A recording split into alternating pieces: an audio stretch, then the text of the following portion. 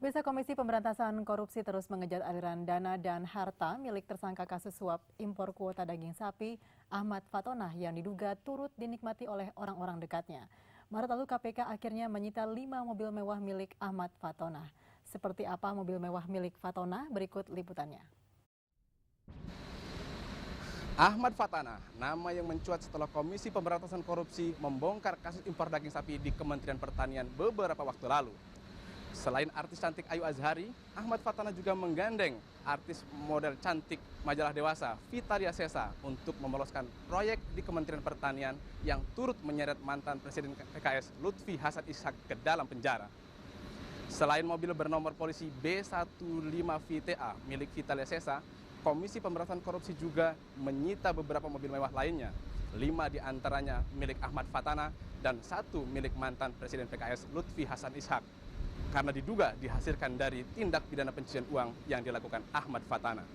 Ahmad Muhajir, Ahmad Budi, JAK TV.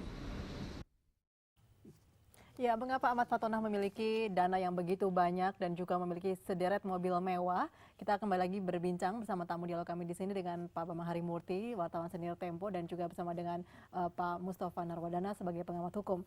Saya kembali ke Pak Bambang ya. Sebetulnya apa yang dijalani bisnis oleh Ahmad Fatonah sehingga dia begitu royal untuk mengeluarkan uang, terutama kepada orang-orang dekat, terutama perempuan-perempuannya?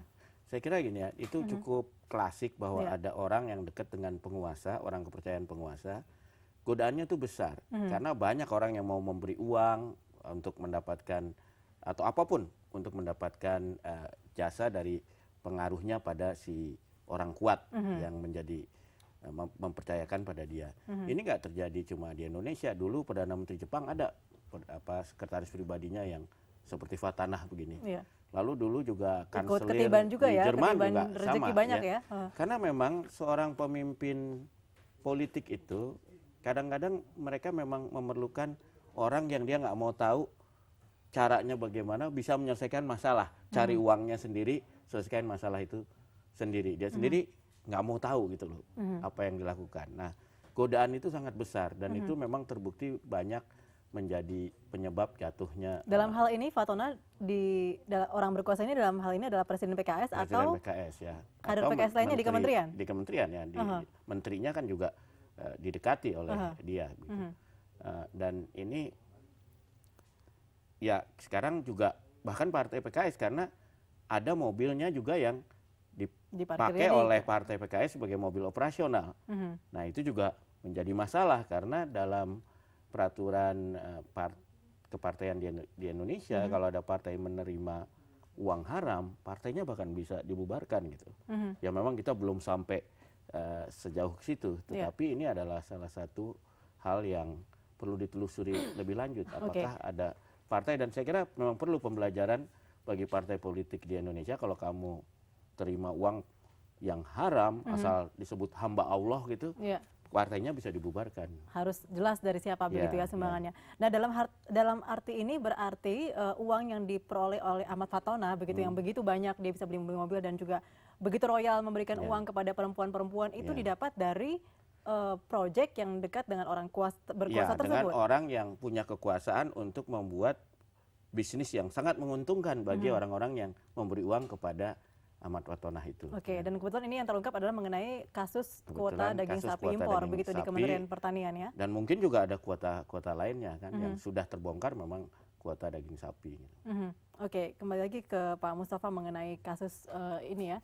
Menurut Pak Mustafa tadi Pak Fatonah ini kan tadi dekat dengan penguasa ya, yang artinya memang nanti bisa dikenakan juga dong mereka yang mungkin memberikan proyek dan sebagainya sehingga Fatonah memiliki dana yang tidak terbatas tampaknya seperti itu untuk berfoya-foya bahkan juga memperkaya dirinya. Ini tidak mudah karena sebagai contoh Pak Samsul Arifin ya, yang dulu Bupati Langkat kemudian sempat menjadi Gubernur Sumatera Utara, kemudian kan pernah sekarang ditahan ya, sudah terpidana. Itu juga melibatkan artis juga waktu itu. Ada Fitria Elvi Sukaisi, ada Dorce ya pernah menerima 50 juta. Kemudian banyak artis bahkan nilainya sampai 10 miliar. Di situ ada maklar artisnya. Ternyata dia pinjam dulu ke maklar artisnya 10 miliar untuk membayar artis-artis itu. Ternyata untuk mengganti 10 miliar itu sebuah rumah dikasihkan ke maklar artis. Tapi ternyata KPK tidak peduli, uang rumah tetap disita. Ya tidak peduli ceritanya seperti itu, tapi rumah tetap disita. Persoalannya adalah di sini untuk mencari fakta bahwa kemudian ini adalah hasil dari kejahatan. Untuk seperti di PKS ini nanti tidak mudah ya. Malam ini pun PKS tidak, kayaknya ada persoalan di sana, sedang ada persoalan malam ini. Ketika mobil mau diambil, mereka akan mempertahankan karena kalau hanya berdasarkan pengakuan si Fatona, belum tentu itu menjadi sebuah fakta hukum. Karena KPK harus memiliki hukum betul, transaksinya bagaimana, kwitansinya bagaimana, kemudian dipakai PKS, apakah PKS betul-betul tahu bahwa itu adalah uang hasil kejahatan yang didapat oleh Fatona, kemudian berbentuk mobil. Tentu saja PKS tidak akan begitu saja mudah, oke kalau begitu mobil sita aja.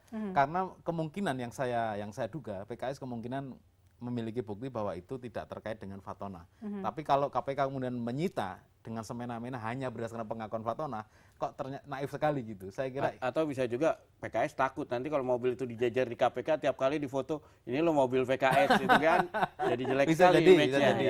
Jadi yang jelas ini masih jauh ya. Karena tampaknya antara DPP PKS dengan PKPK juga masih tarik ulur karena ini kan fokusnya di Fatona sementara ini. Bukankah sebuah pengakuan dalam sebuah hukum itu menjadi suatu dasar yang kuat juga untuk melakukan penindakan? Bisa, tapi kan masih ada pihak lain yang perlu bukti juga apakah pengakuan itu betul-betul fakta yang ada secara administrasi bisa dibuktikan. Kalau semuanya pengakuan saja kan bisa disiksa kemudian mereka mengaku. Ini kan persoalannya di situ. Jadi KPK masih perlu bekerja keras, perlu mengurek sejauh mana Fatona ini mendapatkan uang itu, terus kemudian bagaimana sampai kemudian mobil-mobil ini termasuk yang ada di cewek-cewek cantik ini kemudian dimiliki dan lain sebagainya, apa betul itu berasal dari uang kejahatan. Tetapi kalau untuk yang terkait PKS saya tidak bisa mengomentari karena itu masih jauh sekali. Tapi kalau yang cewek-cewek ini kan sudah diakui sendiri cewek-cewek itu kan, dia menerima dari Fatona. Sudah ada gitu. Kalau PKS saya kira masih belum bisa menerima. Ya, silakan. Ya kalau menurut saya sih kalau cuma Fatona sendiri terima uang itu bukan pidana, tapi bahwa dia terima uang suap yang untuk menyuap menteri atau menyuap partai yang ketua partai yang kemudian menggunakan pengaruhnya untuk mendapatkan kuota dan sebagainya, baru itu dia menjadi pidana gitu loh. Jadi memang nggak bisa dikaitkan karena kalau Fatona dipisah sendiri, dia terima uang dari orang itu susah ya, bukan pidana apa-apa ya. gitu ya. Dan saya kira juga tidak mungkinlah KPK itu bergerak gegabah mau menyita mobil hanya berdasarkan pengakuan, karena pengakuan satu saksi itu dalam istilah hukum bukan saksi. Ya. Pasti kan itu kalau pencucian uang pasti berdasarkan bukti-bukti transfer lah. Jadi uangnya ditransfer kemana, kemudian uang itu dipakai kemana. Ya. Dan mungkin dalam pembelian mobil itu ada bukti-bukti transfernya dan sebagainya. Oke, ini artinya juga kerja keras KPK juga untuk mengungkap keterlibatan Pak LHI di sini ya, Presiden PKS, karena di sini Fatona yang memang tampaknya lebih banyak berperan begitu dalam berbagai proyek. Beberapa saksi yang diperiksa saya dengar yang misalkan Pak Ilham, Sirajuddin. Dia hanya mendengar saja, tapi tidak melihat bukti. Bukan saksi dong kalau gitu. Jadi dia pernah diperiksa, saya pernah mendengar ngirim ke transfer ke PKS, tapi ketika ditanya bukti nggak ada, saya mendengar saja kok. Iya, itu sulit ya untuk dibuktikan. Itu bukan saksi namanya kalau dari secara hukum gitu loh. Tapi kalau misalnya bukti-bukti transfer, ya itu nggak perlu pengakuan lagi. Nggak perlu pengakuan lagi. Bukti, gitu. Oke, baik. Sekali lagi mengenai posisi perempuan-perempuan yang ada di sini yang sudah disebutkan beberapa nama ini ya. Kalau tadi menurut Pak Mustafa, mereka itu posisinya sebagai apa sih tepatnya begitu loh? Apakah sama tadi dengan pendapat Pak Bambang bahwa ya kita sudah bisa berpikir bahwa ini pastilah ada yang aneh lah tapi dalam sisi hukum begitu, apakah mereka juga bisa dikaitkan? Selama dia hanya tidak tahu. Kalau dia menjawab tidak tahu aja sudah aman mereka itu. Tidak ada bukti bahwa dia kemudian menyimpan uang dari Fatona untuk disimpan nanti dibelikan dalam bentuk lain, kemudian nanti kembalikan lagi bersama ke Fatona. Itu kan pencucian uang. Tapi kalau hanya diberi kemudian nggak tahu nih dari mana uangnya. Dari mana kemudian nggak kembali lagi Fatona, ya itu bukan pencucian uang. Apalagi terus dia kembalikan, udah selesai. Kayak Ayu Azhari kan kemudian dikembalikan lagi.